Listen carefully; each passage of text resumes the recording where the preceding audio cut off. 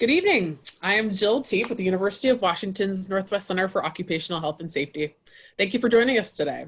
You're logged into the informational live webinar session for the Green Chemistry and Chemical Stewardship online certificate program. I'm your host this evening, along with one of our instructors, Rick Morgan. Before we begin today's session, please note that the session participants are in listening mode. If you have a question, go ahead and type it into that chat box. To access the chat box, you can hover at the top or bottom of your screen and go ahead and click on chat. Today's session is being recorded, and a link following this webinar will be sent out to you for review for a later time. All right, with that, we're just going to take a moment to kind of introduce this program. We're going to walk through what some of the benefits of a certificate program can be. And then we're going to get to know Rick Morgan a bit as an instructor and what he is interested in as an instructor, what brought him to green chemistry, and what are some things you can expect out of this course going forward. All right. So as I mentioned, I'm Jill Teep. I am the course administrator. So if you have any questions related to the process to join any of the courses, what the certificate requirements are going to be, getting registered, anything like that, I'll be a resource for you for that. And then we have Rick Morgan with us here. So a certificate program. They tend to be focused on continuing education in a particular field. There are linked series of courses that can constitute a coherent body of knowledge in a discipline. And they're designed primarily for post-baccalaureate participants, generally speaking. This one was developed by the University of Washington Professional and Continuing Education and an advisory board of industry folks, as well as governmental folks and nonprofit professionals as well. And the courses and instructors are all approved by the University of Washington. So why earn a certificate? The courses in a certificate really tend to focus on practical information relevant for a professional working in a specialized field. Instructors are recognized authorities in the professional community. It's an opportunity to enhance or update your skills and knowledge and to learn from other professionals. I think that's one of the nice things about a course like this is you get a chance to interact with your peers. And within this community, the green chemistry community is not necessarily a huge space. So you'd be impressed who the other players are in this and start building those relationships now within this course and within this certificate. Certificate credential can facilitate career advancement. It can be a big step to go back to school and get another degree, but a certificate program, especially an online one that is really flexible like this, can be a nice fit for someone who wants to do some career development. As I mentioned, it's cohort based. So the way that this normally works is people enter in September taking course 1 and they stick together for the next 3 courses. You are allowed to take the courses separately, but it's nice to have that same group of people that you keep growing in the body of knowledge together.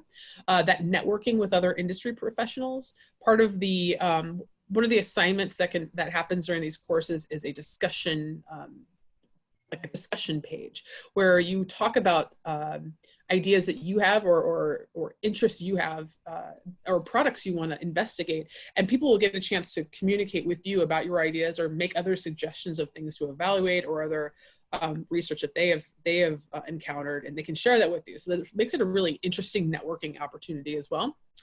The other benefits about this sort of format is that it's really flexible delivery. So there's kind of a setup for modules that open over time, but when you complete those, there's a lot of flexibility for that. And all of our instructors realize that you are a busy professional and can help work with you on your schedule as well. A certificate program is less time and less financial commitment than a degree program, which we kind of touched on before. And it's an academic credential endorsed by the UW. So what will you learn? This certificate program is about learning to reduce harmful substances through material decision-making and chemical design. You'll learn to overcome a common disconnect between chemical properties, toxicity, and human health, and consider how these factors influence material selection with consideration paid to viable business decisions. You'll also learn how to identify sustainability issues related to green chemistry practices and how to apply your newly acquired knowledge and skills to promote chemical stewardship. So it really boils down to green chemistry, toxicology, and that business side. All of those factors together really inform this kind of work. So the certificate program is laid out into 3 different courses. The first one starts at September. It's sustainability, toxicity, and human health. This is where we start unpacking the ideas around what sustainability practices are, what does that landscape look like, and then start connecting that to toxicity and human health. And that is we start September 28th and we end on December 11th. And then Principles of Green Chemistry, we dive deeper into the chemistry that's involved with this and what are the terminology and tools around green chemistry. And Rick is an instructor in that during that course, and that's January 4th to March 12th.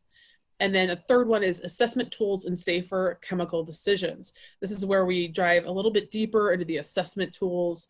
What are the different options out there? Which ones apply to certain scenarios? And then how do you make decisions about all of this data altogether? And that third class runs March 29th to June 4th. And everything is delivered in an online format. So just to dive a little bit deeper into the three different courses, sustainability, toxicity, and human health is that first one that we mentioned. We have Grace Lasker, who's a director of health studies at the University of Washington, Bothell. She's also an adjunct senior lecturer at the Department of Environmental and Occupational Health Sciences in Seattle at the University of Washington. And then we also have Kevin Wilhelm, who is the CEO of Sustainable Business Consulting. So between Grace and Kevin, we start diving into learning how sustainability can be a key driver for business innovation, how organizations are measured in terms of sustainability, understanding things like the triple bottom line, what is greenwashing, understanding best practices, rubrics for measurement when it comes to business operations. You'll get a chance to understand the fundamental ways in which the human body interacts with chemicals, predictive toxicology, risk and exposure and dose response, those basics of toxicology. We'll investigate human health risks in regard to exposure to chemical agents, including, what makes something carcinogenic? What makes it a mutagen? What are these other concerns and types of chemical agents that can influence our health? And then we'll investigate various environmental hazards, for example, BPA, mercury, pesticides, kind of some of these known environmental hazards and how they play into this as well. Course 2 is Principles of Green Chemistry, again with Rick Morgan, who's with us today, and then Carolina Meller, who is the program coordinator at the Yale Center for Green Chemistry and Green Engineering. You'll learn to identify chemicals by class, recognizing structure and function relationships and the significance of biotransformation. Identify chemical properties for hazard assessment. Get a chance to investigate the transport and fate of toxicants in the environment and learn models for prediction of effects of biological systems. You'll get to identify gaps in the current knowledge base concerning the health effects of environmental agents and explore persistence and bioaccumulation factors in ecological risk. We'll also learn more about historical and current role of chemical regulations in our society, environment, and our economy. Reviewing the 12 principles of green chemistry, we're recognizing their role in innovation. We'll analyze the efficiency of various approaches to chemical design. Review some basic chemistry nomenclature and understand the application of green chemistry, such as assessing impacts of solvent usage and identify green chemistry alternative solvent systems.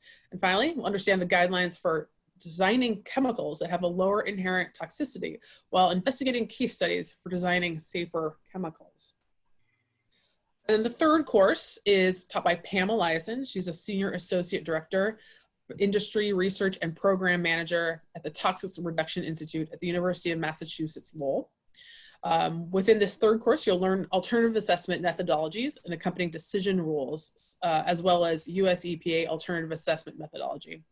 Also spend time on OSHA's toolkit for transitioning to safer chemicals and other tools that are specialized for many different industries or perspectives of users as well, including workers or someone who may be in a more design role.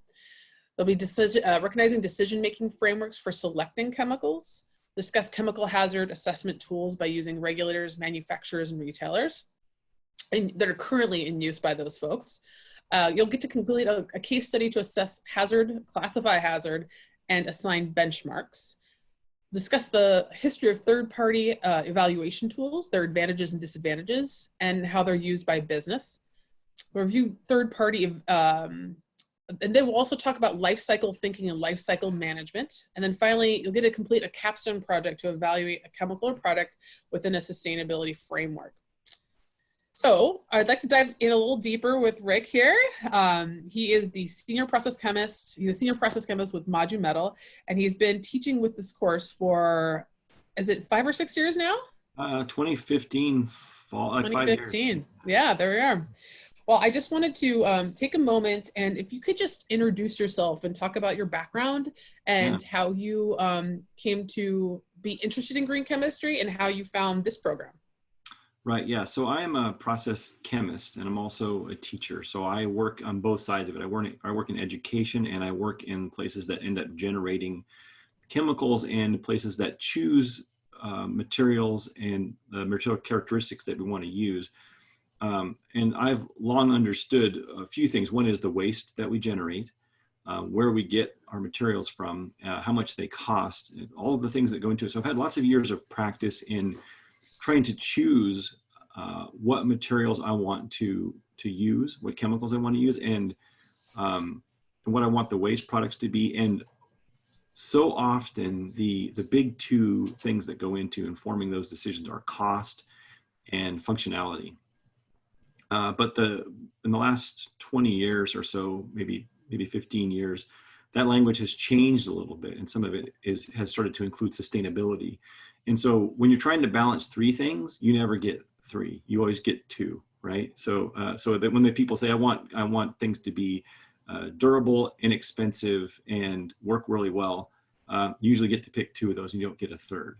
And so, there has to be some balancing between these things. And I've developed some tools of my own that I've used to help understand what that balance is. Like what trade-offs are you making when you choose one over the other, and what is your company's position on things? I found that most stakeholders, most people who write checks to buy chemicals, are very much in support of green alternatives, but the questions they ask are, what am I saving here? Am I saving ducks? Is it a human toxicity thing? Is it a water algae bloom thing? Am I keeping water clean? Because you can't do everything. And Mhm. so what are we doing? What's aligned with our company's goals, our value statement? And the next question is, how much is this going to cost me? And then, is it going to be as effective? I actually designed part of one of the courses where you make up a couple of different companies and you run through some different imaginary scenarios in which one company goes one way, one company goes another. Another way is, nothing's right or wrong, but how do they inform that decision is important. I found that stakeholders, I've always found that stakeholders are much more likely to write a check. I say write a check, but I mean to accept your choice of the green chemistry if they understand the trade-offs. If you just go to them and say, I want to use something that is greener, it's a very, very vague statement, and it's unlikely to ever be implemented. If you go to them with the trade-offs, even if the trade-offs aren't necessarily favorable for the green choice, they're still much more likely to choose that, because they have something to fall back on. That if they get in trouble with, say, the board of directors, they can say, this is how we made this choice. It was an informed decision. And so that it looks better to everybody. Yeah, Mhm. that's how I got started. I've known Grace Lasker, who teaches the first quarter, for years, and she mentioned that she was teaching this course, and I had just done a talk in Olympia to the state government about this issue. I had developed some tools and I wrote some programs, and she said, maybe you can offer some support back in 2015. That's how I got started here. Mhm. Yeah. Wonderful. Um, I just want to talk a little bit about the course and kind of what it feels like to take one of these courses. Can you talk about the availability of instructors for questions or additional resources? Yeah, I feel like here's an interesting thing. I think people say that as a teacher that it should be much easier to teach an online course because you're not in class, but I found that it's actually the opposite. You're actually always teaching the class now instead of teaching the class. So I'm a perpetually responding. I mean, you're always connected in the world today, right? Mhm. I'm perpetually and constantly responding to questions, which are good questions, and I try to respond. Most of the time, I try to respond really quickly, within an hour of getting an email, Oh, great. and even if it's in the middle of the night, because I'm usually awake. But I mentioned some colleagues earlier that I visited 6 countries in Africa during our last trip, and when I had very limited internet access, and I was in Scotland in the UK for a while, and I was at very, very odd times, constantly, working with students through questions on their quizzes, on their answering their discussion group questions. Mhm. So there's no such thing as not connected anymore. I don't think. I think those days are behind us. Absolutely. And I think what's great about that too is that it's about questions, but also what I enjoy is when you see these discussion forums and someone will pose a question, someone else will chime in with another resource, someone will chime in with an example they did at their company, and then so it's instructors, it's your cohort members, it's everybody kind of jumping in and getting engaged in a topic, and that's really, I think, where you see some of the fun happens as well for this type of program. They're always teaching me things. The students teach me. Yeah. They have access to tools and ideas and things that I didn't know existed, right? And I'm a little chagrined, like, how come I didn't know this? I didn't. But every quarter I learn at least one thing from the students that I didn't know before. Yeah, well, and they're all applying it differently, right? So each person is bringing this back to a different workplace, a different process, a different product or chemical, and seeing how they are using it is always really interesting as well. Yeah. Can you give us an example of what a typical assignment would look like? And can you maybe give an example of what folks have turned into you? Yeah, so in my quarter, we have 3 types of assignments. We have discussion groups, which are we give them a case scenario, and they have to sort of evaluate that. One example might be, okay, you're working in a company that is building pesticides, and you have a choice of what kind of things you might want to include in this. Which do you choose and why? And we give you some ways to evaluate the characteristics of the different ingredients, and you have to choose which one you might want to use and why. And the thing that, in our particular example that we give, the choice that is what we call a safer from human toxicity point of view to include in a pesticide doesn't work as well as a pesticide. So would you make that decision? Would you make that choice or not? And what do we use to inform that decision, right? How do you move forward? And if not, what do you continue to research another thing? How do you make the choice of what you use? Because this is something that will happen every day. And one of the things I like to focus on in the course is applicability. I like everything to be pragmatic and realistic. Yeah. I like to pretend like we're working and to suffer through the not easy decisions we might have to make all the time. So that's one thing, is discussions. Another thing is quizzes. We have online interactive quizzes that need to be updated, but I'm going to update them soon. And they support the reading material to reinforce what you've read. And then we have a capstone project, which is an actual project that I had to work on with NASA, actually, for spacecraft, for cleaning materials for spacecraft some years ago. And when the project became public, I downloaded the document and I shared something that really actually happened to me. Was that there were greases and oils that are used in the valves in spacecraft, and chunks of that grease and oil can float downstream and plug up the fuel, slow down the fuel. So I said, okay, how are you going to clean this material off, and how are you going to know it's clean, and what are you going to use to clean it with the least impact? And then the students exercise that in the capstone project. In all full disclosure, I actually took this this coursework like 2 years ago. So I got a chance to see this as well as be an administrator on it, because this is a subject that is near and dear to my heart. And I think that capstone project was like my favorite thing that I did as part of the program, because it gave you a chance to kind of exercise some imagination, as well as, consider the different angles and make a choice and proceed with it. And I think there is something really, really pragmatic about that's how it works in the real world. But also it was fun. It's hard to explain it, but I think I really appreciate how you crafted an assignment that ended up feeling like an adventure, but also something where I'm really taking, this is the data we have to work with. What do you do? And I think that's very useful. I'm glad, because I think the experience that most students have is that they're slightly overwhelmed at first, because Sure. I am not capable of making these decisions, right? I don't have any more tools. And my answer, and I don't tell them this, I wait for them to express that to me. And then I always say, you never feel like you're capable. Like you always feel like you don't have enough information, because you don't have enough information. If if all the information already existed, people would look it up in a table and just do that. Yeah. Right. Your goal is to provide the best information you have. You need to do some tests, possibly, And that's one thing I say is that you can look up some of this information and populate a table for all the different things, all the different characteristics of the choices you have, but some of those aren't going to exist. And you might have to run some experiments to further populate this and bring this information home.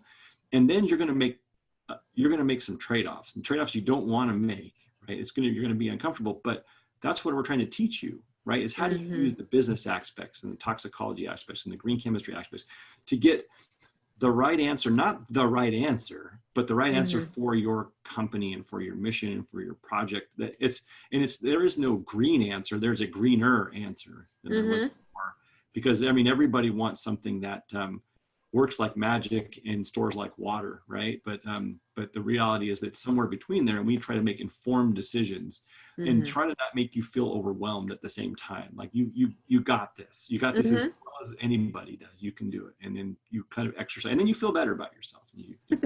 Yeah, and I think, one of the realities of this field is dealing with the data gaps is a real challenge. There's only so much information that is out there. How do you then make those choices or pursue additional data? I've been on both sides of that coin. We ended up funding a green screen for a lab product that we were using, and it was interesting that the green screen product that came out. So a green screen, for folks listening in, is a fairly robust assessment tool that takes a look at a lot of different kind of environmental and human health impacts, and it gives like letter grades of how toxic or not toxic across a lot of different categories. So they're considered fairly robust, and people that perform them are certified folks. But it does take a little bit of money to generate these, and then they become part of this body of knowledge, which is fantastic. But it turns out this product that we had evaluated for a molecular biology lab, the alternative ended up being a dimer of the original. But that was never something anyone knew before that was done. So it's interesting that that was a moment where there was a big data gap about this, and there was some kind of greenwashing happening. And then to have that additional information was really eye-opening. But I think what's nice about this program is that, one, you learn about tools like green screen, you learn about the body of work that exists out there, you learn about all those different assessment tools that you can use, but then you're always coming down to that decision making, those trade-offs that you're talking about, and being able to deal with that in a way that makes sense and aligns with your values and goals. So I don't know, it's a fascinating thing to it's such an intriguing prospect, but also what makes this challenging and an evolving thing, because the data is continuing to grow, the tools continue to be developed. I think that's what makes this field so interesting as well. I digress. You get better at it too. Sure. One of the things is that, so for example, we use something called the octanol water coefficient to determine if something might be soluble in lipids or something like that. Like we use this as a proxy for actually measuring it, right? Which we don't do. But some countries don't allow us to do that. Like for example, in Europe, they have something called REACH compliance. And the first person to want to use a particular chemical in Europe can't use these proxy methods. They have to actually pay someone to put a bunch of this compound in with zebrafish and with aphids and with salmonid fish, and then they do all these tests, and it can cost you hundreds of thousands of dollars to do your like a green screening, but it's for REACH compliance. And then the next person gets all this data for free. So no one wants to be the first one to bring a new chemical into this REACH zones in the UK and in continental Europe because of these restrictions. So you have to really think about what you're using and how to use it, and what proxies and what tools you're going to have available. And we expose you to most of these tools and proxies. It's interesting. Let's talk about, since you've been involved with this project over the years, can you talk about any kind of new content that you've added, or how you kind of refresh this program as our body of knowledge grows about this subject? Well, yeah, it feels like the subject ages out fast because I've been teaching a chemistry course that's been using some of the same examples for let's say since 2002, right? And they don't feel old at all. Some of our labs are from the 19th century, where you just burn Sure. Right? So it's like, yeah. But this material starts to feel old in about 5 years or 4 years, and so we're going through and replacing every year. We have to go through some of our links, some of what we or claim some of the websites that we reference, some of the talks that we reference, some of the rules and regulations that we reference. And we have to go through, at least I do in December before my course every year, and we have to review that and update them because things change so much in so little time in this course. And you have two challenges. One is that you're always having to keep up with, you're shooting at a moving target with green chemistry because it's developing so rapidly. But also, you're also trying to keep it, you don't want to just add material. You have to think of things to remove because otherwise there's so much stuff. Like if you just typed green chemistry in your Google, you would be like a shotgun blast of material coming at you. So the effort is to keep it organized and keep it trimmed to stuff that's useful, but to also keep it fresh and not dated at the same time. And some of the things depend on each other when one aspect of it might be 5 years old and one aspect of it's like greenwashing is a good one because people have cottoned on to greenwashing, right? So it becomes more subtle over time. Yeah. So the examples that were blatant in 2017 or 2018 are much more subtle now. And so we have to sort of update those. Yeah, that's a good example. Can you talk about what content from your course do you find has been the most valuable or useful for professionals? Yeah, I can say that because I keep in touch with some of them via LinkedIn, actually. I That's have great. one that's, I'm just so proud of her. I can burst sometimes. And she gets in touch with me, and she was working at a small clothing store, but she ended up working at, I think I can mention the name now. She said it's okay. Columbia Outfitters. She sources their materials to make their clothing, and she left there a couple of years ago, and now she's at the Gap. She's like the lead of their entire sustainability program at the Gap in San Francisco, and she's wonderful. She's the person who goes out to visit the site sources that make the materials, and then she makes sure that they're using the materials that she calls out. So I'm really happy with that. But the part that she references and then she asked me about the most is I'm proud because it's the part that I wrote, and it's the part about the trade-offs and the balancing and the writing. I did an optimization program and a table and a matrix and like step by step how to populate this table, how to identify the stuff that's missing, and if you can't find it, how to run experiments to populate it, and then use that information, that table, to inform your decision. So I want to make all the decisions be data-driven decisions and not emotion-driven decisions. And she has told me that has taken her so far because she gets, most of the time she makes a recommendation, she has something to base it on, and people respond, and she gets what she needs, and that's why she's been so successful. And so that makes me really proud to see that in action and to see the student doing professionally and hearing about it. And my small part in her success I claim as my own. So. Oh, I love that. That's great. Oh.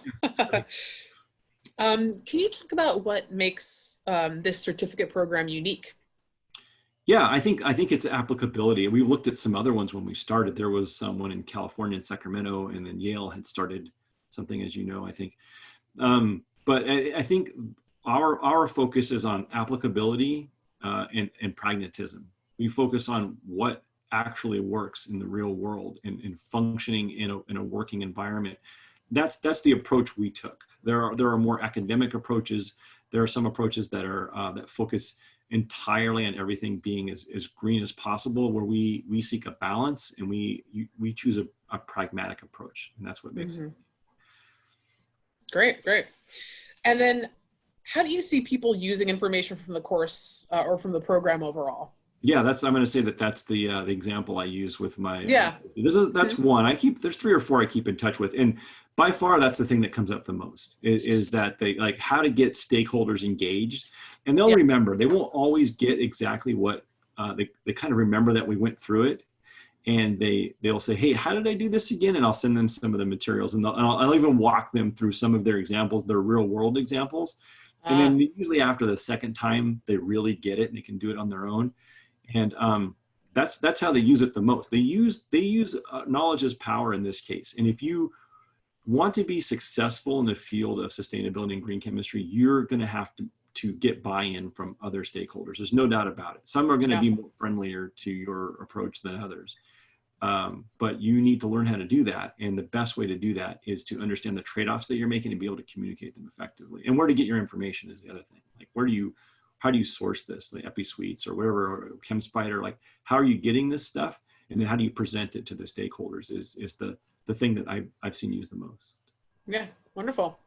All right, great. Well, we're gonna just do a little wrap up about the program. Thank you so much, Rick, for that. I appreciate it. Yeah, sure.